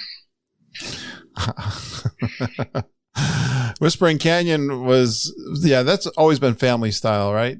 Yes. As far as were they different during COVID? On in life, it was a barbecue, and then it switched to family style skillets. Maybe that may be not right, but the first time we ever went there, I feel like it was an all you can eat barbecue buffet. Anyways, now it's skillet style, and so Lizzie and Charlie helped me eat part of one, and then I finished off one by myself. They have different kinds of skillets on the menu, right? Yes, sir. Nice. All right. Let's see. Where am I? Tom, you've been going in and out of there of my Zoom call. You all right? Our internet has been spotty all day. I gotcha. So, yeah, it started with the kids with their remote learning, and it hasn't let up. All right. I actually wanted to make it up in there to the Festival of the Arts. So I left the parks one day and I went to the Festival of the Arts just to sample food. All right. And I also had a shopping list for the missus to get. So I had some really interesting and very good things at the arts festival. Yeah, tell us. My favorite was the deconstructed BLT. That was really good. I also had the cheesecake there. I like that, and I wanted to get that because if the missus is around, we're not ordering cheesecake. Okay. So that was a nice opportunity for me to have one without her there. Both were excellent. They really were. And then I had a flatbread. I believe it was Morocco. Yes. That they had this wonderful flatbread. I almost bought two of them, but but that was pretty good. I also stopped and got it's the orange place, and I got an Orangeburg sipper. It was the one that we had previously gotten earlier, and not the new one that they have now. But I refused to get into this citrus swirl Dole Whip thing. Debate. But, yeah, I don't want to get into that, but what I got there was really good in there. Yeah, that was. So I think it's kind of more citrus swirly, if I'm not mistaken. A nice tart orange drink, right? Yeah. But that was really what I wanted to do, was get something from the arts festival, and there was a lot of cool stuff there. I just wish that I had thought ahead and had space to bring back some artwork. Oh yeah. But next time, I'm really going to spend more time doing that next time. Have you been more time at the arts festival? Have you been to some of the other art festival or the other festivals? Have you been to any of the other festivals? Just Food and Wine. It just never works out that we can go there for Flower and Garden. We have been to Food and Wine a couple of times. How do you think the food booths compare? I like the quality of food better at the Festival of the Arts. Okay. I think there's less of them, but the food, they're both really good though. They both are, but there's just something a little special. It was, instead of on a paper plate, it was on a pizza plate. So it looks like there was more thought put into the presentation. Yes. Well, I'm so glad the Festival of the Arts. The Food and Wine Festival was the famous one because it was first, and it's got it in its name, Food and Wine. But the other festivals have really done a great job. Like you said, that BLT deconstructed BLT is outstanding. And the size too, I think they had good size to all these too, right? These portions. Oh, but they did. And what was great is, again, I didn't have to share this one. I understand. So that was really good. Very good. I can't wait to go back there and do it again. I know. Don't miss these festivals. They're all got excellent food booths now. Disney has done a great job with those. Perfect. All right, Carl, did you have any others? Well, I mentioned Olivia's. I talked about that in the last report. I throw my head in for Regal Eagle. Oh, nice. Well, actually, I have a question for you. I meant to ask you. We have a controversy that your daughter started. I think she said the chicken is. She loves chicken. She told us, and the best chicken on property was at Olivia's. I don't want to get you in trouble with your daughter, but which is better, the Homecoming or Olivia's for chicken? I'm sorry, but those are equal in different ways. She's had not so good luck with the chicken at Homecoming. Okay. And part is she was recommending to us to try it, and we did, and it was amazing. And but Olivia's the southernmost buttermilk chicken, fantastic. Both times I've been there. Is that what you had this time? Yes. Your wife had? And she did too. Your wife did too? She couldn't wait to get back there. Oh, was Caitlin with you? Yes, she was. Yeah. So that's one of our hidden gems from the Geekin family. If you haven't heard, Olivia's has been high on. Yeah, Ben's shaking his head too. Yeah. Ben, have you stayed at Old Key West? I have stayed at Old Key West. The first time I ate at Olivia's, I was probably 10. Oh. And they had a cinnamon donut whole ball thing, and that was changed your life. Sounds like. Yes, that's one reason why I work so hard today is because there's a few of them still somewhere stuck in my stomach. I would eat them by the order. I feel like we would go there. We went there every morning on that trip. Olivia's is another one of that places. Once they bring the boats back, if you just want to take a nice casual night, go ride the boat from Disney Springs up to Olivia's and have a nice dinner. All right, Carl, that's cool. But you see, Jeff Opolka and his family were at Olivia's today, and they posted pictures of the food. Oh, I didn't see that. I'll have to. The chicken. Yep. All right. Yep. One of our hidden favorites. But you were going to talk about the Regal Eagle. Regal Eagle. Was that your first time there? Yes. And it was great. We chose to eat lunch there instead of go to the beer garden that day. Yeah. And it was the pork was wonderful. The onion rings, everything. It was just the onion rings were out of this world to me. I thought those were the best onion rings I've ever had. I almost felt like going back and getting more, but I thought, what's going on? We want to eat a little bit there, and I understand. Later on for dinner. And oh, nice. So we went to dessert places all around, deconstructed cheesecake, the Stonewall Garden. Carl, where do you put this food? You're we shared it all, three of us. I'm so glad the Regal Eagle is doing good. Yeah, you had the pulled pork? Yes. All right. Pulled pork, yeah, they have ribs. Glenn Kessler told me don't do the ribs. They're not as good as some of the other things, so I think pulled pork is a good choice there. It was fantastic. I love it. Where am I? Oh, we have Sarah. You got another one? Are we gonna go one more time? You guys are big foodies. I was just gonna talk about Regal Eagle too. Yeah, That's go ahead. Another one that stood out. Yeah, I grabbed that was the first time I had ever gone, and I had the beef brisket sandwich. I did too. Yep. What'd you think? That was delicious. Yeah. Oh, it was amazing. I love it. And then I had the pickles, the homemade pickles, just fries. I'm a big fan. I scarfed it down. It was delicious. Do you like onion rings? I do. I didn't get them that time. Next time. Yeah. Try them. Yeah. I've heard. The podcast says things. Try them. Yes. Oh, it's on my list for my next trip. Nice. So. Do you have plans already for your next trip, Sarah? Yes. Two of my best friends and I are going down in June once school gets out. So it's going to be hot, but we'll survive. All right. Yeah, Mama and Judy have helped us plan that one. So. Oh, thank you. Yeah. Where are you going to school? Oh, I'm actually a teacher. So. Oh, okay. Yes. You go to school. We're done. You're going to go to school forever. Yes, forever. We've actually been in person. I work at a private school. So we've actually been in person since the end of August. Okay. So we're going all the way through the beginning of June, and then we'll be done. So nice. Summer. It's summer's out. Yeah. School's out. We're going to Disney World. I love it. Exactly. All right. Regal Eagle. I'm so glad it's doing well. I'm so happy for that. Ben, do you have any others? Let's see. Our last meal. I missed Rachel. I'll get back to you, Rachel. Before we left, ABC commissary.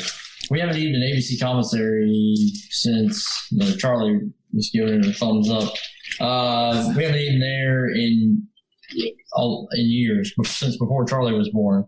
And I had a grilled cheese and chicken sandwich and soup, and I was kind of like, okay, whatever, it's close. And we actually saw you walking by while we were eating. I couldn't get a hold of you because I had a mouthful of food, but that happens. And we were really impressed. Charlie loved the whoopie pie at the end, and that was a good send-off meal for us on our way out. So I know that really enjoyed it. The ABC commissary has really picked up their game.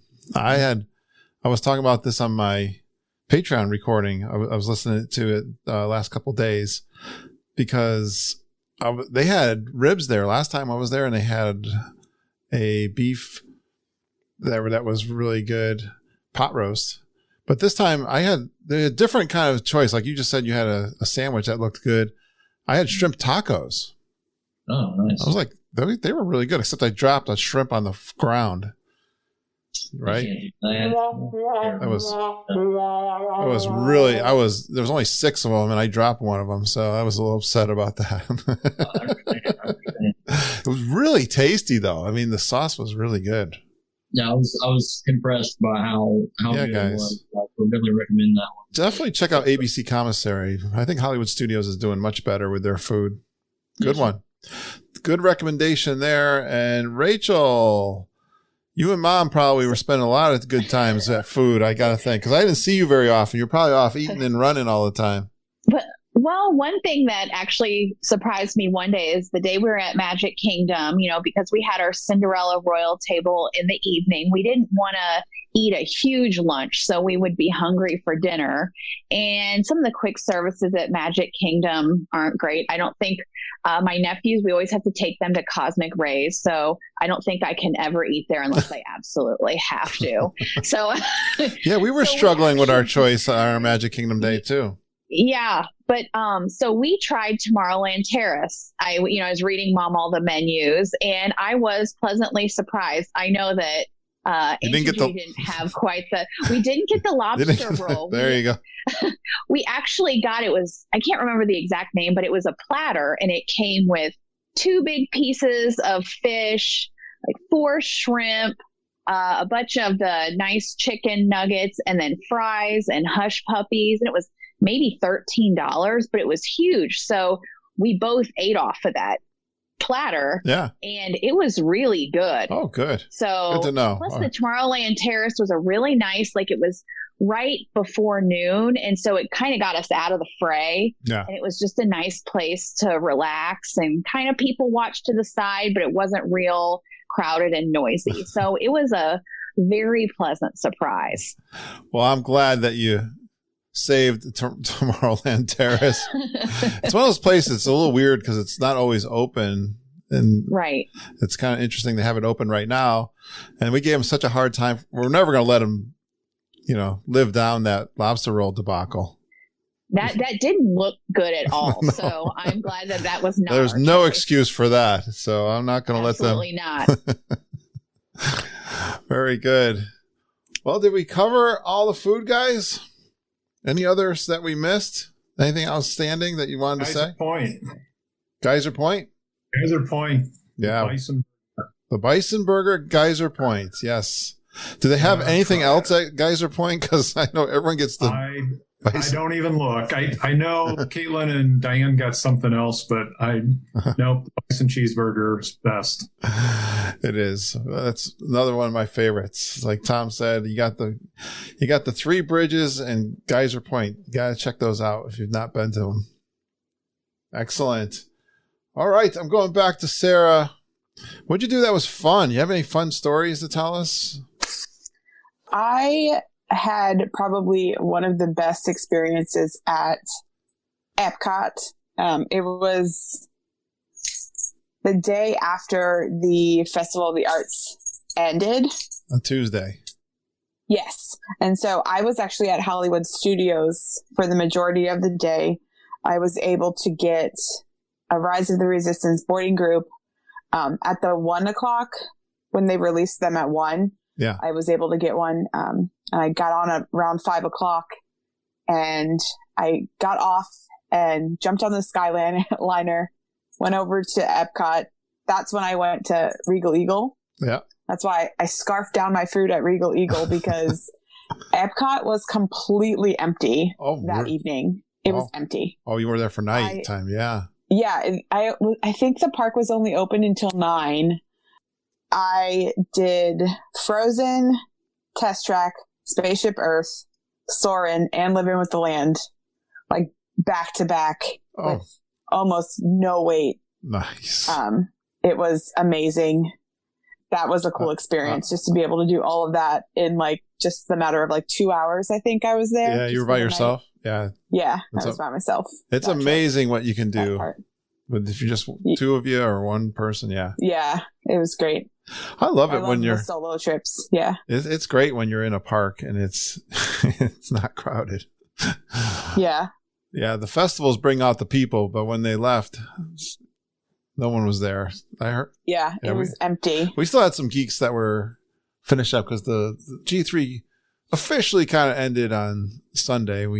The weekend is kind of the time, but we were a bunch of us that were still there a few days afterwards, so that was good. Yeah, I didn't get down to Florida. I got to Florida Friday night. I stayed with a friend of mine in Kissimmee. She lives there, and then she took me to Pop on Saturday. So I was only there from Saturday to Thursday. So, but yeah, those 2 hours at Epcot were just ridiculous. Sarah, I can introduce you to 4 teachers that live in the area. You're going to hear them on the podcast coming up soon.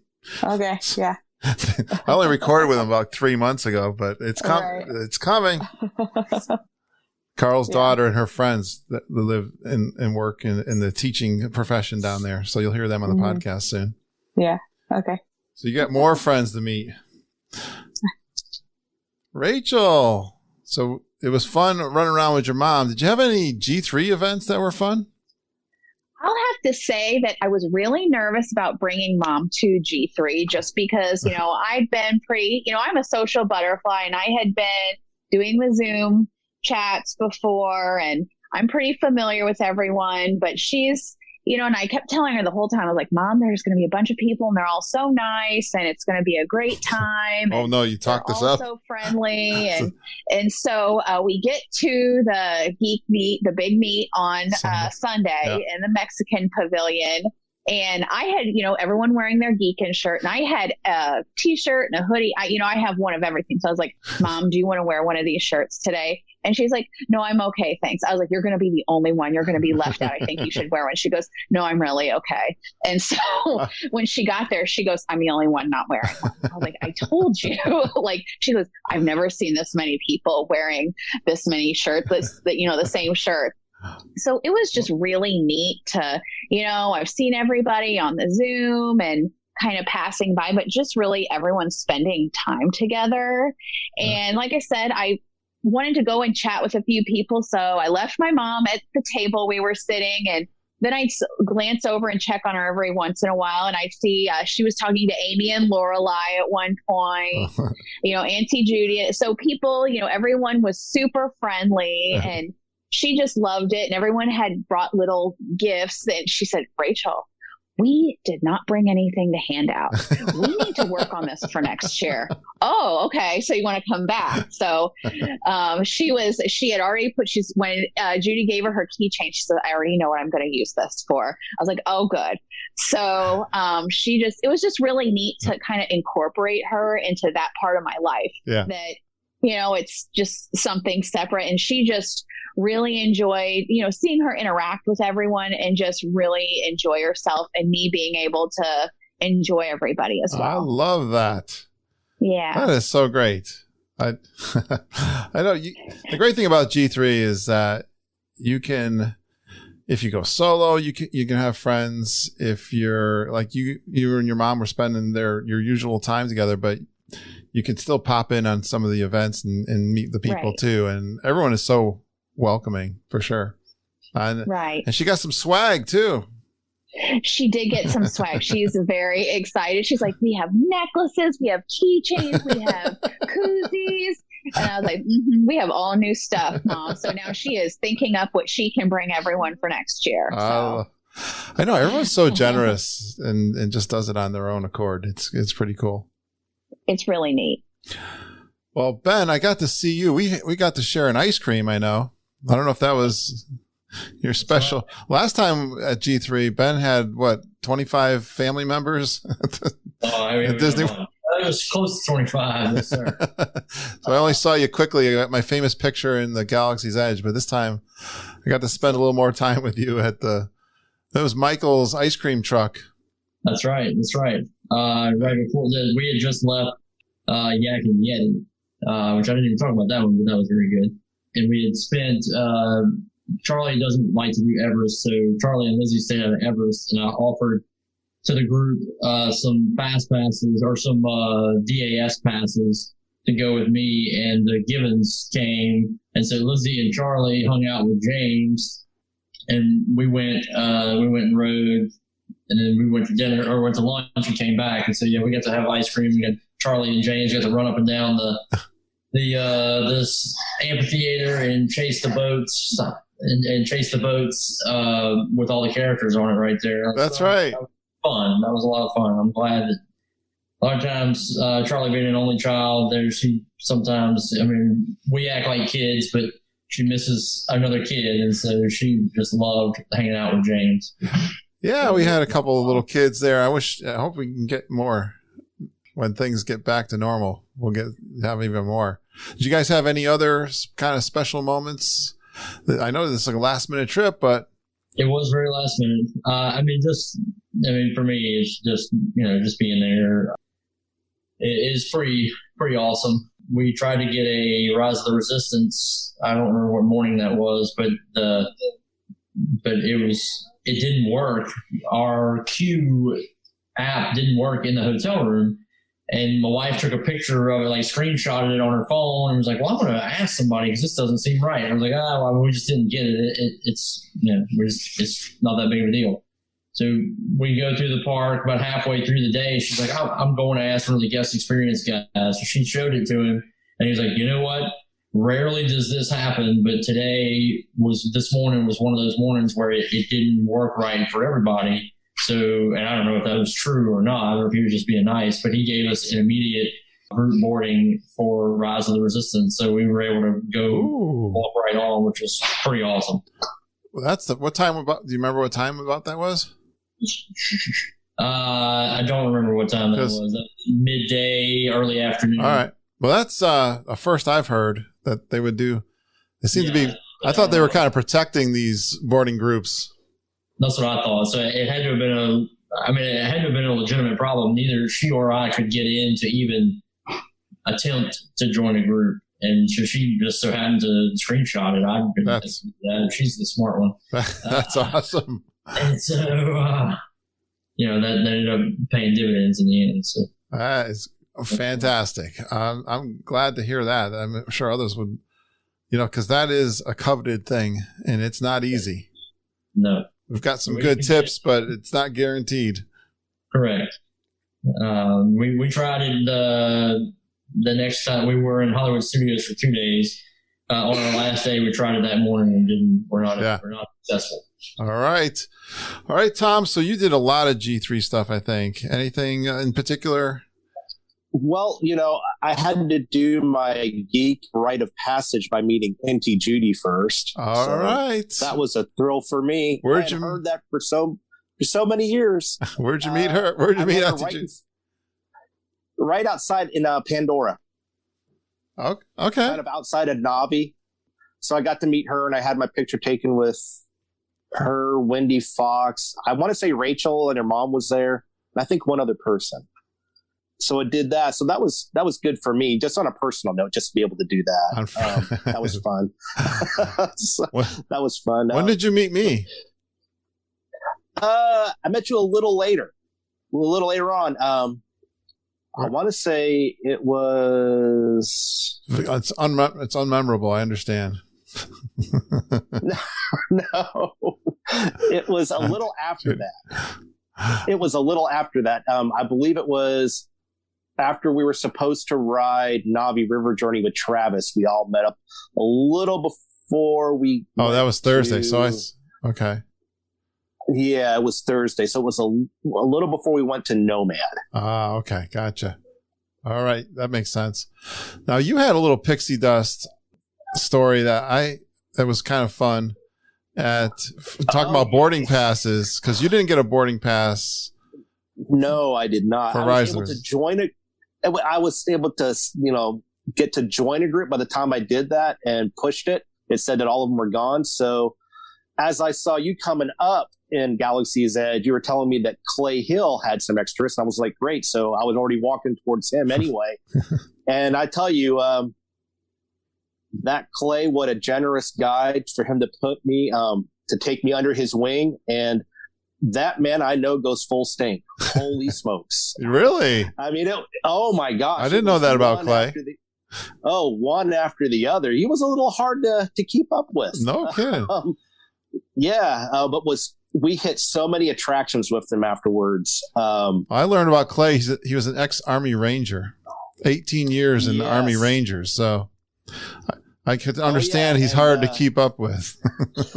He really is. I'm also not the fittest person, but I can usually keep a nice steady walk. But his walk was 3 times faster than mine. Oh. So it was a little difficult, and I learned he's got a little secret in getting a couple extra passes too, but I'm not going to give it out. But that was so cool. Give that out either. That was pretty cool. I ran into you. I ran into Clay. He goes, if anyone sees the geek, I've got an extra pass for Rise of the Resistance. I was like, I don't know how I didn't know how he did that. And I ran into you like seconds after that. And I said, Tom, go chase, because I knew you didn't get a Rise of the Resistance because we had that Facebook Messenger group going. It's like, right. If you want to get on, go see Clay. He can get you on. So that was cool. Yeah, and we hit that. We hit Space Ranger Spin. We hit most of the big rides. One thing we didn't get to was Tower of Terror, and that was just because we're running into the Olga's Cantina event. Yeah. Okay. So you hung out with him for a while. Reservation for that. Oh, nice. I've hung out with him pretty much most of the day. Had a nice lunch together at ABC Commissary. Cool. But I think their guac on the chicken sandwich had spoiled because it was kind of sour. How was your Olga's experience? Olga's was neat. I had to try the fuzzy tauntaun. Oh, you had to, huh? I was told that was an interesting drink to get. A rite of passage. It was another rite of passage, and it was pretty good. But for my money, the Jedi mind trick was the drink to have. And I had a good time with our server. Yeah, good. He was. Yeah, I'm not the biggest Star Wars fan, so I kept on bringing up Star Trek stuff to him. And he just kind of rolled with it. That's awesome. Who was at your table, Tom? Let's see. Was Dave and his wife Veronica and Wendy Fox. Okay. Just the 4 of you. Yeah, I think we were the smallest group. Okay. Because we had quite a few people in there kind of at the same time. Right. But I think I was holding up the group too because I was a little late because I was coming off a rock and roller coaster with Clay. Okay. Holding everybody up. I understand. Very good. Carl, so you were Any special moments for you guys? Well, we were only at the park one day. That Epcot, if you came for the Epcot, and that was just so neat meeting everybody and spending time there. Had a good time. Actually, we went to Pop in the morning, got on the Skyliner, and got over to the hub at Caribbean Beach so early that it wasn't even running over to Epcot yet. Mm. And I said, well, we could sit here for 20, 25 minutes, or we can take the Skyliner to Hollywood Studios and then walk over to Boardwalk and then in Epcot. And so we decided to do that. And as we were getting off the Skyliner at Hollywood Studios, I passed Daniel and Norma, and I was like, hey, I think that's Daniel. So I turned around and said, Daniel? So we got to meet there. Diane and I walked over to Boardwalk, and everywhere there's a resort we go, I pin trade. So I stop wherever. So I went to the different stores there and actually grabbed a bite to eat in the morning over at Ale and Compass Market, and just took our time and got in line, rope dropped Epcot. The rest of the trip, we were at Fort Wilderness a couple times. Went over to see a cast member friend that I've met there doing some pin trading. Went to lunch with another ex-cast member and her son. How did you had a pin trading bingo going as part of our events? Yes. How did that all go for you? It was good. Yeah. I don't know how many people, there weren't a lot of people that finished it. Yeah. There were people that started or wanted to. But it was fun seeing everybody's pins that they were collecting and how excited they got and the different things that they're getting into now because of the pin trading. It was fun listening to how they interacted with different cast members and then other geeks that were with them that didn't know about pin trading and how they got excited about it. Yeah, I noticed a couple of people doing that same thing around Boardwalk. We went around with a couple of our friends and did some pin trading too. What do you think of the pin trading going on in Disney World right now with the COVID and the way that they're doing it? There seems to be still a lot of opportunities. There are opportunities. I have discovered that probably the resorts are better than in the park. Yeah. The thing I miss is interacting with the cast members because they used to have pins on. Yes. Now they don't. But, I've met a few, the cast member at Fort Wilderness that I've gotten to know, and then one lady at Old Key West was very nice, and they can tell like who's getting the pins to sell them later or do whatever, and then who are interesting. And Caitlin and I walked up into the gift shop at Old Key West, and we just stood there waiting for our turn. And we get up, and the lady just turns around and she goes, I think you want to see this, and pulls out the old treasure chest. Yeah. Like, how did you know? And she said, you came up here with no merchandise in your hands. What else? Yes. And she would say, usually you can do two, and say, okay, any more? That one's nice. Okay. Any more? Any more? After a while, like, okay, I have 4. I think I could go now. Well, the other thing Carl did for us, he brought down this bag full of Beanie Babies that were in fantastic shape. I had a lot of fun handing those out. He gave them to me the first night we were at Pop, and I had a ton of fun, and they went over really well, Carl. Kids and Good. Adults and me too. I got 3 of them, by the way. I've got Baloo. All the Jungle Book. I got all the Jungle Book characters over here on my shelf. Yeah, that was a friend of mine I work with at with the Cleveland Indians. She used to be a cast member at a Disney store. Yes. And she's like, I'm getting rid of them. Do you know anybody? I said, I know exactly who. It went over really well, I can tell you. I had a lot of fun handing those out to people. So good. She was very happy. Like Rachel was saying, we had a lot of stuff we were handing out. So that's good.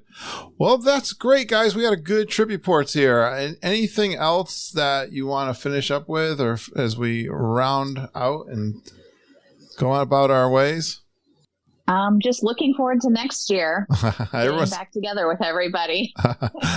I've heard that a few times. I've been listening to a couple of the other podcasts too, as they've been reviewing this. Everyone seems to have had it. It was a little bittersweet this time. Some of our friends couldn't come because of the situation, but I think it came off as best, even better than I expected it would be. It really, like everyone says, going down to Disney World right now, they're concerned, but wouldn't you believe the magic is still there, isn't it? So, absolutely. 100%. Yep. Yeah. And you know what? One thing I just want to add, talk about the different festivals and the food. I've done 3 different festivals, and to me, Flower and Garden has the best. Okay. Yep. So if you haven't gotten there for that, try that. And you could get down there still for Flower and Garden right now, right? All the way until July, I think. My daughter, Lindsay, and I. Oh, is it? Okay, yes. I've always enjoyed that. I love the springtime. With the warm weather, thank God it's coming. I love it. Yes. Well, thanks, guys. Yes, we're going to see. It's a little bit unknown what we're doing for the next G3. We've got some couple of dates we're thinking of. Or there might be 2 next year. Part A and Part B is what might happen. So I know we got our friend Kevin Curtis Allen coming in February, and he can't do any time but that. And Mom and Judy are planning an anniversary trip for us. So there'll be maybe a couple times next year. Well, thanks for coming on, everyone. And congratulations for my new Super Geeks, Sarah, Rachel, and Tom. All right. Thank you. Thank you. Thanks, everybody. I'll get you into our Super Geek group right after we get out of here. So thanks for coming on and stay in touch. All right. All right. Thank you, Kurt. That's good. Thank you. Thank you. Thanks for being Patreon supporters too. Of course. I love it. Thank you so much. Our pleasure. Please stand clear of the doors. Por favor, manténganse alejado de las puertas. Always fun doing a roundtable with my friends. Check out my friend Rachel Miller's trip report on one of our favorite friendly Disney podcasters, The Disney Crush, with Tony Ann Zarcone and Dave Youngward. They have Rachel Miller on. She's fantastic. She did a great job. Great job, Rachel, on your trip report. She said during our recording here that she's looking forward to next year, and I hadn't really figured out how we're going to do it because we are going twice next year. But G3 is on. We are planning it. We had a Zoom call this past week. We're talking about the plans for the next get together, which is going to be February of 2022. The dates are Friday, February 4th through Sunday, February 6th, 2022. That's the big weekend events. Friday will be in Hollywood Studios. Saturday will be in Magic Kingdom. Sunday will be at Epcot. Hopefully that'll be our big Geekin meetup. Looking forward to seeing all you guys down there. Don't miss out. Don't have that FOMO. Make your plans. Mom and Auntie Judy are here to help you out with that. Just reach out to them. travelandtiaras@gmail.com. That is a hilarious intro from Chris Malick, the WDW podcast.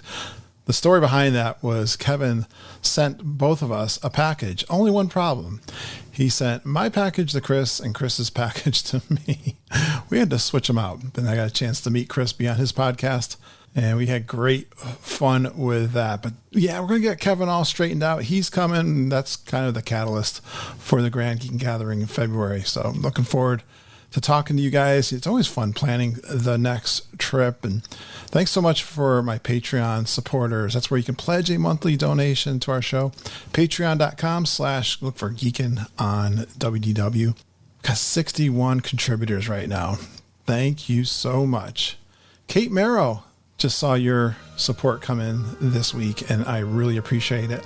I'm putting out bonus episodes. They're podcast episodes only available to the Patreon supporters. It's through that platform. You can listen to the show. You can set it up on your podcast app.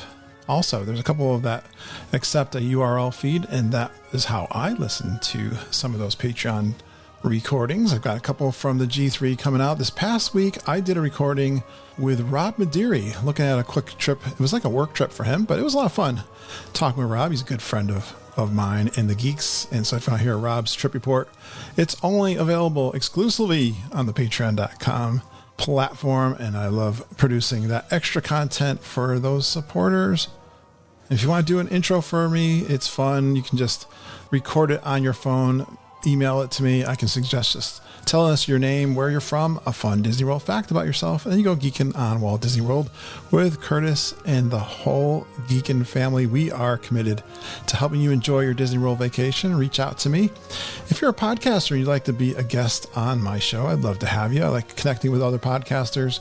If you'd like to book a trip with Mom and Judy, or review your plans with me, or do a trip report that you've just been out to Disney World and you'd love to tell all the geeks about it, just email me, kurt.stone@geekinonwdw.com. Thanks for going geeking on Walt Disney World with us. We really appreciate you listening and geeking with us every single day.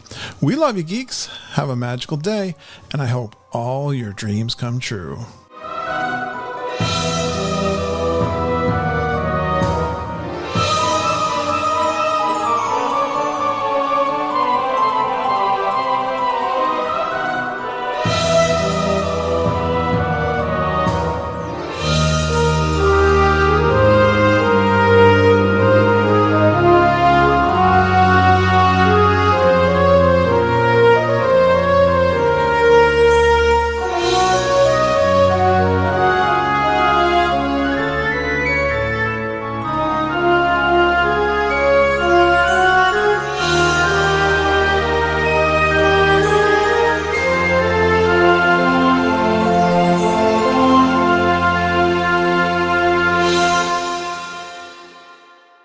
Push the record button.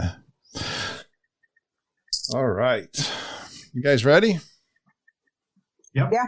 We're all ready. Let's do it. Let's do it. Tom's done podcasts before, though. I know you have. All right. Let's see. Why do I not do this? I'll move these windows around, I think. First time with the two big monitors. Playing. Geeking out with my toys. All right. I like your setup. I wish I had that for my gaming back in the day. I know. I think you need 3 monitors for gaming. If my research was. Yeah, it's hard doing it right now with me on 2 laptops. That's not fun. Well, that's what I'm so excited. I just got it in today. The KVM. That's the keyboard, video, and mouse that handles 2 monitors. So I just got that today. Yeah, so let's go. Good job, guys. All right. I got a lot. Yes, I still have a lot of podcasts that I got to get out. I was starting to double up on them, but then I was like, I don't like flooding the market anyway either, but it's a lot of work too. And your buddy wants to say bye to you, Kurt. Oh, Duke. Hey, Duke. What's he doing? Oh, he's waving to me. North Carolina story, Tom. What's that? I love the North Carolina Duke story. Yeah, it was interesting for some of our relatives. Yeah, I bet it was. It was interesting. Actually, even Clay's a North Carolina boy too, so he actually said the same thing. He said, "Why in the earth would you name that dog after that school?" So I got to tell Carl, see, Caitlin and Friends. It's not going to be this week, but it's going to be the week after. Oh, good. Because I'm good. I'm doing, where am I? 3, 2. I'm kind of alternating the G3 ones with the ones I had left over. So okay. I think the Roundtable one's coming out this week, and then the following week, Caitlin and Friends. That one with the 4 young ladies teachers. That came out really. I think it's really good. Oh, good. You're gonna enjoy it. Yeah, we had lunch with them at Beaches and Cream. Oh, cool. Yes. All right. You had all the friends there. Yeah, I saw the pictures. Yeah. That was interesting, sitting around listening to the 4 teachers. Yeah. So, I can imagine. That's cool that they get to go and enjoy it together too. Yes. All right, guys. Thanks a lot, and have a good night. Have a good rest of the week. All right, you guys too. See ya. Thanks a lot. Bye, guys. Thank you. Ryan and Rachel. Bye. Bye, Duke.